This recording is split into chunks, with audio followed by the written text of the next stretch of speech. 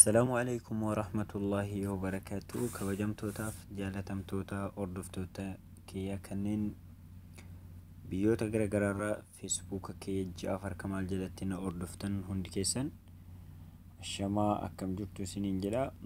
Alhamdulillahi anis nagaa kiyya. Har'as akkuma kanaan dura hubatamee viidiyoo gabaabaa appilikeeshinii baay'ee bareedaa appilikeeshinii yeroo hedduudhaan feesbuuk kiyya garaagaraa irratti fayyadamaa ture kan isinitti mul'ataa ture jechuudha. Viidiyoo kiyya hedduu irratti kan isinitti mul'ataa ture. Appilikeeshina kanaaf isin wal barsiisuuf viidiyoo kana isiniif qopheessuuf yaalii gochaatiin jira jechuudha. Kana jechuun appilikeeshina kana yeroo hedduunan fayyadamaa baay'ee natti tola, baay'eedhaan jaalladha. Akkuma itti gammade akkuma natti tole isinittis ni tola abdadheetiin viidiyoo kana isiniif qopheessuuf ka'ee jira jechuudha.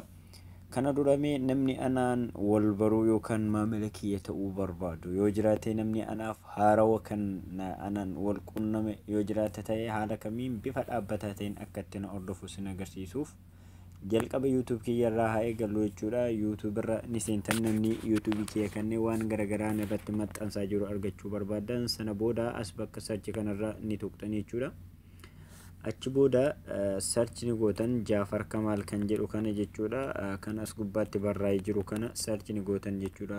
Haaluma kanaan sana booda sarchi ni godhatanii egaa sarchi gootaniin booda YouTube ni kee profaayilii kanaan yookaan maqaa Jaafar Tuubee jedhu kanaan viidiyoolee kanneen of jalatti qabatee kan isinitti mul'atu ni ta'a, isarra ni tuqxanii jechuudha. Achi booda namni anaaf maamilan ta'an yookaan amma dura YouTube kiyya kana subscribe goone yoo jiraattan taatan jechuudha. Barreeffamni diimaan kun kan subscribe jedhu kun diimatee akkasitti isiniif ba'a jechuudha. Isarra ni tuqxanii sana booda as dabruun asitti jechuudha mallattoo notifiikeeshinii gurraattii yookaan mallattoo alaarma kanarra ni tuqxanii jechuudha. Isheen waan an gadhiisu yookaan wanta an dabarsu akka hatattamaan isin dhaqqabdu kan isiniif taasistudha. Inni biraan viidiyoo kiyya irratti viidiyoo kiyya namni daawwattan kan viidiyoon isinitti tole yoo ta'e like akka naaf gootan kabajaan isin gaafadha jechuudha. Facebook kiyyas Jaafar Kamaal kan jedhu follow gootanii akka friendii kiyya tokkotti bakka add friend na gaafattan akka friendii kiyyatti follow gootanii na hordofuu akkamitti akka itti dandeessan isin agarsiisuuf jechuudha. Jaafar Kamaal jettanii maqaadhuma YouTube kiyyaatiin kan wal fakkaatu sarchi gootanii nama sarchi godheetiin ture jechuudha. Isarra ni tuqxanii jechuudha.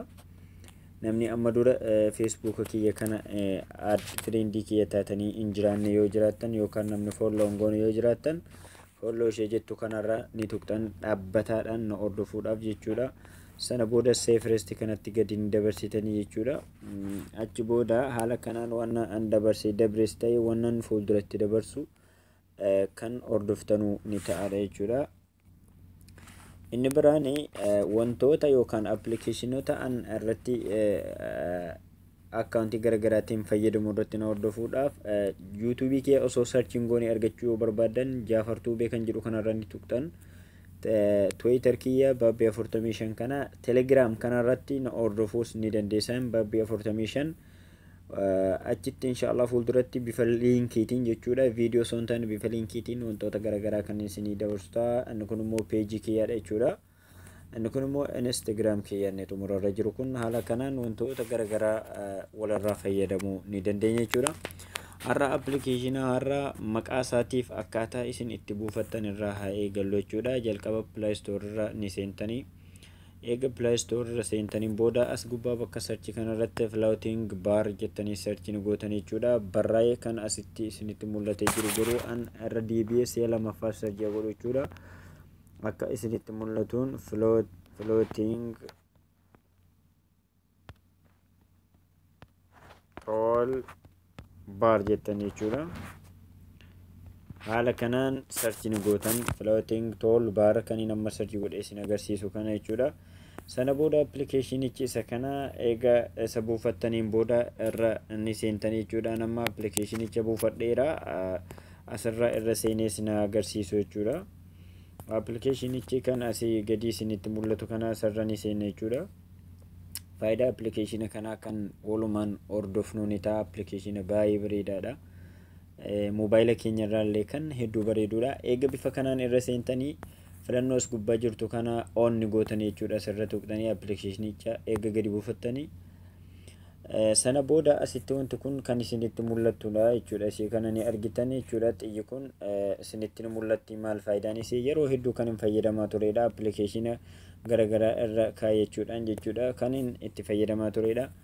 Achi booda waan garagaraa irra kaayachuu yoo barbaadan my music kan jedhu kana ni jira. Toolus kan jedhu kana, website, contacts, appis isa jedhu kanarra ni tuqxan appilikeeshina keessan appilikeeshina kanarra galfachuudhaaf. Sana booda appis isa jedhu irra eega tuqxanii obsaan eeggattan amma kan kallattiidhaan appilikeeshinni kun ofitti fudhachuu danda'u kanneen jechuudha. Kanneen keessaa kanarra galchachuu hin barbaanne bakka X mallattoo diimaa kanarra tuquudhaan asirra ni balleessitan jechuudha. Dhiifama beeksisa. Foodaan deebisee jechuudha. Eega appis isa jedhu irra tuqxanii sana booda asirraa kanneen hin barbaanne yoo jiraate amma fakkeenyaafan Gmail kana hin barbaadu jechuudha. Asirra appilikeeshina kanarra akka seenu hin barbaadu. Isanan kaasaa kan biraa irra galchachuudhaaf mallattoo add kana ni argitan jechuudha. Mallattoo add isarra yoo tuqxan appilikeeshina biraa irra galchatan. Mee nama appilikeeshina tokko irraa galchadhu. Fakkeenyumaaf appilikeeshina normal ta'e irra galchachuudhaaf isa kana jechuudha. Show systems app iseettu kanarra ni tuqxan jechuudha.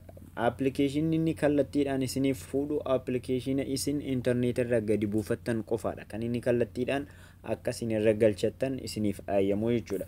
Garuu appilikeeshina guutuu keessaa kan feetan filattanii irra galchachuu fakkeenyaaf galariiwwannoota garagaraa waan duraan noormaalii ta'ee qafoo mobaayila keessanii irra jiru irra galchachuudhaaf asirra tuqxanii sana booda appilikeeshina hunda'u as gaditti kan isiniif baasu ni ta'a. Anamma bifa fakkeenyaatiif Instagram kana irra haa galchadhu isarran tuqa jechuudha. Haala argaa jirtaniin Instagram kiyya as gubbaa galeeraa ammas kan biraarra galchachuudhaaf as dabreetiin asirran tuqa. Haala kanaan appilikeeshina garagaraa irra galchattan jechuudha. Fakkeenyaaf imo kiyya hanga appilikeeshina 10 hanga feetan irra galchachuu kan dandeessan jechuudha. Fakkeenyumaaf imo kiyya kanarra haa galchachuudha. Irra galchachuu kan dandeessanidha jechuudha. Eega akkas gootaniin booda garuu akkuma isin agarsiise isee kana on gochuun dirqamaadha jechuudha isinitti. Eega akkas gootaniin booda of booda deebinee mee haa ilaallu. Fakkeenyaaf xiyya kanarra yoo tuqne xiyyatti asitti isinitti mul'atu kanarra yoo tuqne appilikeeshina nuti amma irra galchanne fayyaansaa kan akkasitti nuuf ba'udha. Xiyyattiidhuma sanarra yoo tuqne achi ni deebi'e jechuudha. Akkasitti baay'ee kan bareedudha jechuudha. Karaa salphaa ta'een osoo appilikeeshina keessan keessa deemtanii barbaadu osoo hin taane karaa gabaabaan kan fuula mobaayila keessanii tiraan irra seentanudha. Mee bifa see jijjiirrachuu kalara barbaannetti bifa ishee jijjiirrachuuf maal gochuu qabna? Bifa ishee kanaadha jechuudha. As gadi ni dhuftaan jechuudha. Mallattoo siitingii kanarraa ni tuqxan eega wantoota garagaraa irra galchattanidha. Sana booda egaa isarra tuqxanii as gadi adeemuudhaan amma gurraacharra jira jechuudha. Liijaas kan jedhu kana argaa jirtan jechuudha. Gurraacharra jira. Mee bifa biraatti jijjiirrachuuf adiirra jechuudha dhiifama. Bifa normaal ta'e irra kan jirudha. Mee am bifa biraa yookaan kalara biraarra galchachuuf mee fakkeenyaaf kana filadhu jechuudha. Isii kana filadhu isarra yoo tuqne akka isinitti mul'atu asitti bifti isiillee kan jijjiiramee jirudha akka isinitti mul'atu. Appilikeeshina barbaadanii salphaadhaan irra seenuu kan dandeessanidha jechuudha. Fakkeenyaaf Play Store keessa osoo jirtanuu nam tokko risaalaa isiniif godha WhatsApp irratti. Salphaadhumatti bakka jirtanurraa irra seenuu dandeessan. Imo irrattis akkasumas YouTube irra seenuu ni dandeessan jechuudha. Ammas bifa biraatti jijjiirrachuuf ammas asumarraa ni tuqxan jechuudha. Sana booda mi'ama fakkeenyaaf immoo isee kanaaf filadhootii halkan jettu kana yoon filadhe bifa kana yoon filadhe jechuudha. Akkasitti naaf ni jijjiirama jechuudha akkasinitti mul'atu. Inni biraan sadarkaa ifa kalarii kana yoo baay'isuu fi hir'isuu barbaadan sadarkaa ifa isaadha jechuudha. As gaditti boo'ii isinitti mul'atu kana jechuudha. Sarara kana yoo as xiqqeessine ifti isaadha jechuudha. Kan yeroo akkasitti as ba'u yeroo dhiifama